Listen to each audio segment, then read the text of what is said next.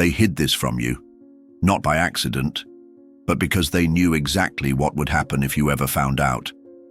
What you're about to hear is not a metaphor. It's not a theory. It's a real law, ancient, silent, undeniable. A law once taught by Thoth in the sacred halls of Amenti. A law that still shapes reality for those who understand it, and silently destroys the lives of those who don't. Here's the most shocking part. You are already using this law every single day, but you're using it the wrong way. And without realizing it, you're creating scarcity, feeding blocks, and reinforcing the very suffering you're trying to escape. That's why you chase, and everything runs. You try harder, and nothing works. You ask, and the universe stays silent. But this isn't because there's something wrong with you. It's because no one ever showed you how this law truly works.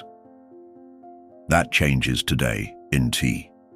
The next few minutes, you'll understand why life often ignores your effort, and why, when you finally stop forcing, everything begins to move, not by luck, not by magic, but through alignment.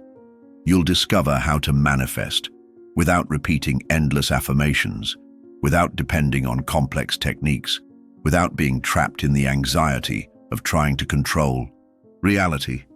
Thoth called this the reverse law because it turns everything you were taught upside down.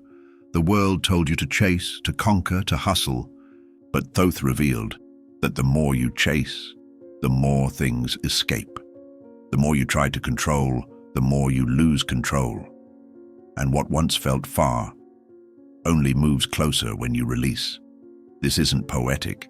It's cosmic law, precise as sacred mathematics. It doesn't respond to what you want. It responds to the silent frequency you emit when no one is watching. And that's why you need to stay until the end. Because there, I'll show you how to live this every single day. How to turn this knowledge into a natural way of being, where life flows without resistance and you stop being the obstacle and become the channel. So take a breath. Feel this, because this isn't just another message. It's a remembering. A remembering of something you always knew, but had forgotten. And if something inside you knows this is true, write in the comments right now, I accept this power. Because in doing so, you're not just agreeing, you're giving the universe permission to remember who you truly are. Let's begin. There is something no one ever told you, something you may have felt your entire life, but never had the words to explain. Everything you chase with desperation runs. The more you try to hold on, the more it slips. The more you push, the more it resists. The harder you try to force things to happen, the more the universe seems to stand still. Maybe you've lived this already. Maybe you chased an opportunity and it never came. Maybe you clung to a relationship and it only fell apart. Maybe you've begged for answers and received only silence, and you blamed yourself. You thought you weren't good enough. You thought the universe had forgotten you, but the truth is much deeper and far simpler. It wasn't your dream that was the problem. It was the energy behind it. Because when you desire something from a place of fear, fear of losing it, fear of not being worthy, fear of missing your chance, you don't actually send a signal of desire. You send a signal of lack. And that's what the universe responds to. This is why things often show up only after you stop needing them. Because in the moment you let go, your vibration shifts. You move from resistance into receptivity, from control into alignment. It's not a punishment. It's a law, a sacred one, and it works whether you believe in it or not. That's why people say, the moment I stopped trying, it happened.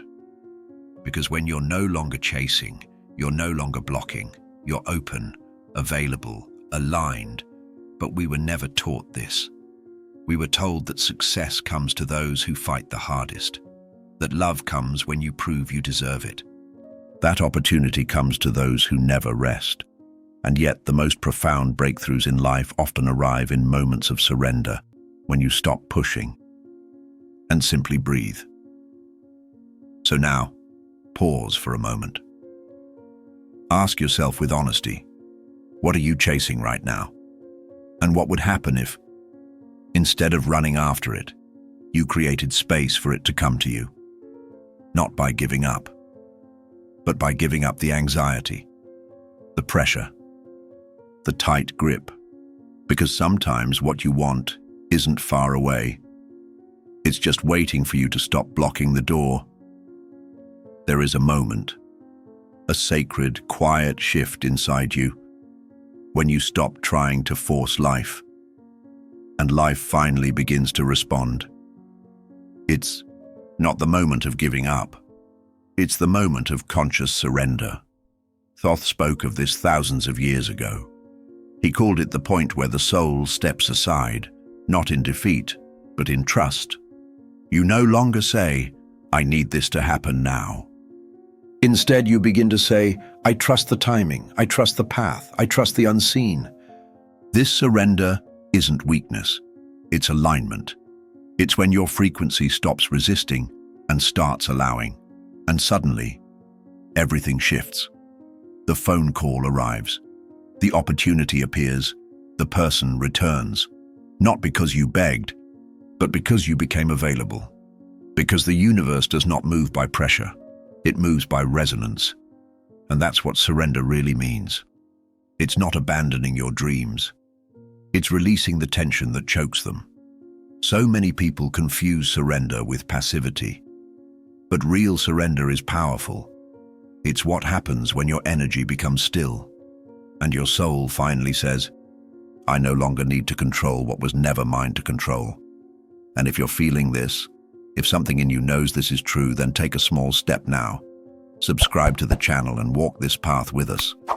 We're on a mission to reach 1,000 awakened souls, and your presence here makes a difference. It's hard to hear this, especially in a world that worships effort. But the truth is simple and powerful. The universe doesn't need your struggle. It needs your silence, your trust, your willingness to let go of control. Because the more you try to force life into your hands, the more you close the very channel through which it flows. Thoth taught that the universe is self-sustaining and self-correcting. It knows how to move, how to rebalance, how to deliver what is aligned, if you stop interrupting the process. But most of us were taught the opposite: to interfere, to calculate every step, to overthink, to worry constantly. And in doing so, we become like someone yelling at a flower to bloom, forgetting that the blooming already knows how to happen. It simply needs time, space, and light. You see, harmony cannot be forced. It only emerges when resistance stops. And often that resistance wears a clever disguise. It shows up as effort, as obsession, as control. But in truth, it's fear. The fear that says, if I stop pushing, everything will fall apart. But here's what Thoth revealed. When you stop pushing, you stop blocking. And when you stop blocking, life can finally breathe again. This is not about laziness. This is not about waiting passively. It's about trusting deeply. It's about collaborating with the flow of life, instead of constantly swimming against it. So ask yourself now, what in your life are you trying too hard to fix? And what would happen if, instead of forcing a solution, you created space for one to arise on its own? Because the truth is, the universe doesn't need you to carry everything. It just needs you to stop getting in the way. There is a kind of trust that doesn't need to shout. It doesn't chase, it doesn't beg, and it doesn't constantly ask, when? It simply knows. It's the kind of trust Thoth spoke of as the highest of all frequencies, not because it is louder, but because it is clearer. Because when you truly trust, you create no noise in the invisible field, and in that stillness, the universe responds, not to your words, not to your demands, but to the energy of someone who has already accepted what's theirs. even before it arrives. Think about it. You've probably lived this before. You tried everything. You stressed. You planned. You stayed up late thinking, calculating, searching, and nothing happened. But the moment you said, "I'm done, I release this," everything changed. A call, an answer, a door. A solution that had been waiting all along, not for your effort, but for your surrender. That's what real trust does. It makes space. It silences the noise. It calms the field. It's not resignation. It's not passivity. It's a quiet power, a knowing that says, what is meant for me cannot miss me. And that vibration is pure, unshaken, peaceful. It doesn't demand signs. It doesn't seek constant reassurance. It simply walks as if the path already exists, because it does. You just couldn't see it through the storm of your fear. Now you know. When you trust in silence, you create more than all your noise ever could. To let go does not mean to forget. It does not mean to stop caring. And it certainly does not mean to throw your dreams away. Letting go means something far more sacred. It means you hold the vision in your heart, but you no longer chain it to fear. You no longer drag it with desperation. You let it breathe. Thoth taught that a true desire is not erased when you release it. It becomes lighter, more magnetic, more aligned with the natural rhythm of life. Because a desire held in anxiety becomes a prison. It starts to suffocate you. It whispers, "If this doesn't happen, I'll never be whole." But a desire held in peace becomes a seed, a living seed planted in fertile soil. It doesn't scream for attention. It simply grows. And just like the farmer doesn't dig up the ground every day to check the roots, you don't need to constantly check, worry, beg, or monitor the outcome. You trust that what you planted in peace will blossom in its time. So no, letting go is not forgetting. It is remembering with stillness. It is desiring without needing. It is choosing to believe that the universe has already received your intention, and that it knows the perfect way and the perfect moment to return it to you. That is the difference between holding on with fear and releasing with faith. So, now ask yourself, can you love your dream without fearing its absence? Can you carry it softly, not as a burden, but as a quiet fire that warms you from within? If the answer is yes, then you are already aligned. You have already let go, not because you don't care, but because you care enough to trust. The universe is always listening, but it is not listening to your voice. It is not moved by how loudly you ask or how often you repeat your affirmations. It is listening to your silence, to your deepest vibration, the one you carry when no one else is around. The one beneath the mask, beneath the smile, beneath the words. That is where your true signal lives. And that is what the invisible field responds to. Thoth called it the sacred field, a silent space within you that takes everything you feel as truth and mirrors it back to you in the form of reality. Not what you want, not what you hope, but what you believe, silently, deeply, unconsciously. This is why some people ask for love, but continue to attract abandonment. Why they speak of abundance, but keep experiencing lack. It's not because they're doing something wrong. It's because their vibration, the one they carry in silence, is still anchored in fear. And the sacred field does not judge. It does not say this is good or this is bad. It simply reflects. It reflects what you are being, not what you pretend to be. So now, what are you really vibrating? If you say, "I believe," but feel panic in your chest, the field hears the panic. If you say, "I trust," but your stomach knots with doubt, the field feels the doubt, because the field does not speak your language. It speaks frequency, and frequency cannot lie. This is not to punish you. It's to liberate you, because The moment you realize that your reality is shaped not by effort but by inner truth, you stop wasting energy forcing life. And you start directing energy toward transforming your state. You begin to focus not on chasing what you want, but on becoming the version of you who naturally receives it. And when that version is born, the field responds, effortlessly, precisely, and always in perfect timing. It sounds impossible, almost cruel, that the moment you stop needing something is the exact moment it appears. But this is not a trick, it is a cosmic law. Thoth called it the sacred paradox, the universal principle that what you cling to escapes and what you surrender returns. Why? Because when you release, your vibration finally matches the energy of receiving. You move from the frequency of "I must have this or I'll suffer" to the frequency of "I am whole, with or without it." And that vibration is what unlocks the flow. Think of your own life. Can you remember a time when something finally happened? The moment you let go? That message that came after you stopped waiting? That person who returned after you had made peace with moving on? That opportunity that showed up after you stopped obsessing over it? It's not coincidence. It's the law in motion. Because here's the truth. The universe is not responding to your need. It's responding to your wholeness. It's responding to the energy of someone who is no longer begging life to make them feel complete. And this confuses the human mind. A mind trained to believe that success comes through pressure, that love is earned through sacrifice, that value must be proven. But the sacred paradox says the opposite. You receive when you release. You attract when you stop chasing.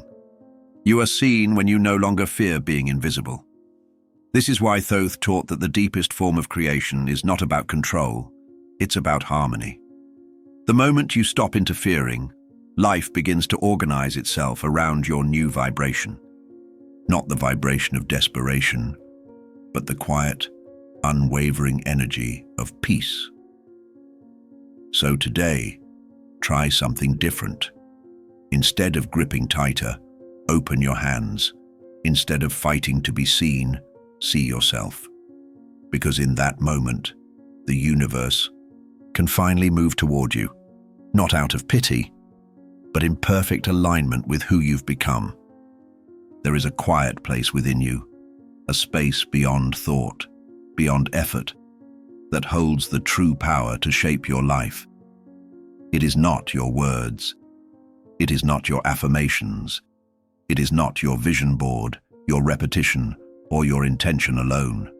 It is your subconscious. Thoth called it the gateway between the invisible and the visible, the sacred space where form begins. It is silent, it is deep, and it is always listening, but here's what most never understand. The subconscious does not care what you want. It only reflects what you believe, what you feel as real. This is why you can say 1,000 times, "I am abundant," and still live in scarcity. Because beneath those words, if you carry fear, if you carry lack, if you carry unworthiness, that's the signal your field is broadcasting. And the subconscious obeys that. Not because it is cruel, not because you're doing it wrong, but because it is neutral. It doesn't reason, it doesn't argue, it doesn't weigh logic. It simply accepts your deepest vibration and multiplies it. It is the fertile soil, and every feeling you plant in it becomes a seed. Whether that seed is fear or faith, the soil does not judge. It grows. So now ask yourself with courage, what are you planting? What lives in your vibration when you're alone? What emotion has become your inner atmosphere? Because the subconscious is not influenced by what you say out loud. It is shaped by what you whisper internally, by the feeling that lives inside your chest when no one else is watching. And this changes everything. Because if you want to change your life, you must change your inner atmosphere. Not through force, but through consistency, through stillness, through learning to feel peace before peace appears in your outer world. When that happens, the subconscious receives the new signal and begins to build a new reality to match it, not overnight. Not through miracles of chance, but through alignment, through laws that are always working, even when you're not paying attention. So now you see, you are not creating your life with your words. You are creating it with your state. And the one who creates is the one within. Creation is sacred, not just because of what it brings, but because of where it begins. Every desire, every intention, every vision you hold is a seed, but the power of the seed depends entirely on the soil in which it's planted. Thoth taught that the subconscious, this invisible field within, is the most fertile ground in the universe. But he also warned, do not plant sacred seeds in poisoned soil, because many people do just that. They set an intention, they visualize, they say all the right words, but beneath it all, their soil is tainted with doubt, fear, urgency, and emotional chaos. And that seed, no matter how beautiful, absorbs the energy of the moment it is planted. It remembers the emotion you infused it with. If you plant with fear, you grow fear. If you plant with desperation, you grow delay. If you plant with peace, you grow miracles. That's why Thoth spoke of the sacred state, a space of clarity, calm, and emotional purity, where desire is born not from lack, but from wholeness. He said the true creator does not create from noise or tension or chaos. He creates in stillness. He waits. He listens. He honors the space, because he knows the moment of planting is a ritual, and you don't perform sacred rituals while your heart is trembling from fear. So the question becomes, are you trying to create from emotional distortion? Are you rushing to manifest because you are terrified of being without? If so, pause. Don't force, don't beg, don't plant yet. First, return to center. Breathe. Silence the storm. Let the fear pass through without feeding it. And when you are clear, when your soul feels quiet and still, then plant. In that state, your intention will carry power, because it is not born of craving, but of alignment. Remember this always. The seed grows according to the energy of its planting, and the field cannot be tricked. It only multiplies what you give it. So give it reverence, give it trust, give it peace, and it will give you back something beyond imagination. If you have come this far, it's not by accident. There's something inside you, a deep remembrance that recognizes truth even when the world around you is loud.